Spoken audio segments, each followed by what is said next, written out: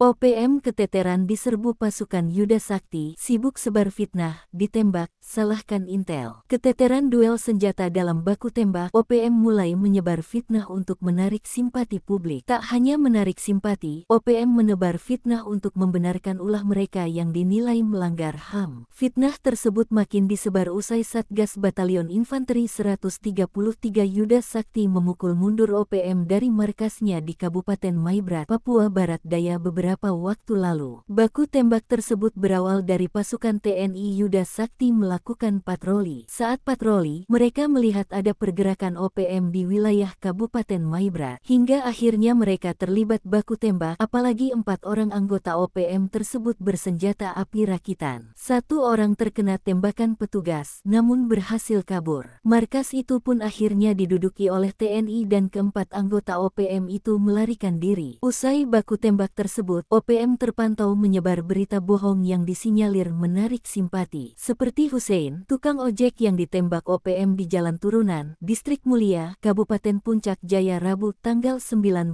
Juni tahun 2024 lalu. OPM mengatakan jika Hussein adalah mata-mata militer Indonesia. Namun tidak ada bukti jika Hussein terlibat dalam aktivitas mata-mata militer Indonesia. Belum lagi kabar bohong yang menyebut jika TNI dan Polri melakukan pengrusakan jembatan Baya Biru, Kabupaten Paniai, Papua Tengah. Namun hal tersebut dibantah oleh Kapendam 17 Cendrawasih, Letkol In Chandra Kurniawan. Ia mengatakan pelaku pengrusakan tersebut justru gerombolan OPM itu